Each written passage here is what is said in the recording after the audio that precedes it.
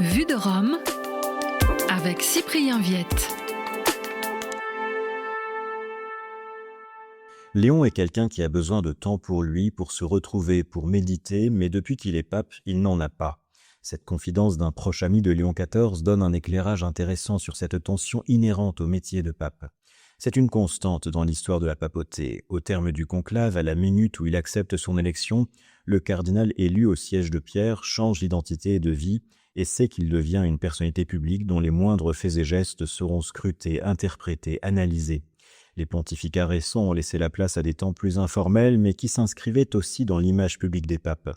Les excursions en montagne de Jean-Paul II ont ainsi été abondamment documentées par des photographes, d'autant plus qu'elles avaient parfois une connotation politique, comme lorsque le pontife polonais fit une sortie à ski avec le président italien de l'époque Sandro Pertini.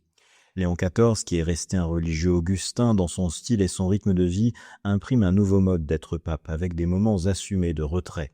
Ses nombreux séjours à Castel Gandolfo, désormais hebdomadaires, ont déjà donné une nouvelle tonalité au pontificat, en montrant le besoin que le pape a de s'éloigner régulièrement de Rome et du Vatican.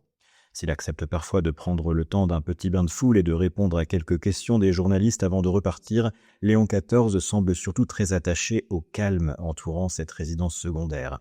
Signe de son attachement à ce lieu, il y a récemment inauguré le Borgo Laudato Si, un centre de recherche dédié à la préservation de la nature.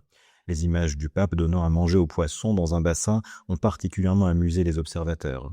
Paradoxalement, son prédécesseur, le pape François, qui avait pourtant développé une pensée très ambitieuse sur l'écologie, ne manifestait pas d'intérêt direct pour des sorties dans la nature. Il assumait d'être casanier et de rester la plupart du temps dans sa résidence Sainte-Marthe, au Vatican donc, où il multipliait les rencontres informelles qui faisaient finalement partie de son mode d'exercice de la fonction pontificale. Avec Léon XIV, un nouveau style émerge donc, avec des temps de retraite qui, selon certains, sont cohérents avec le rythme de Dieu qui s'est reposé le 7e jour. Vue de Rome.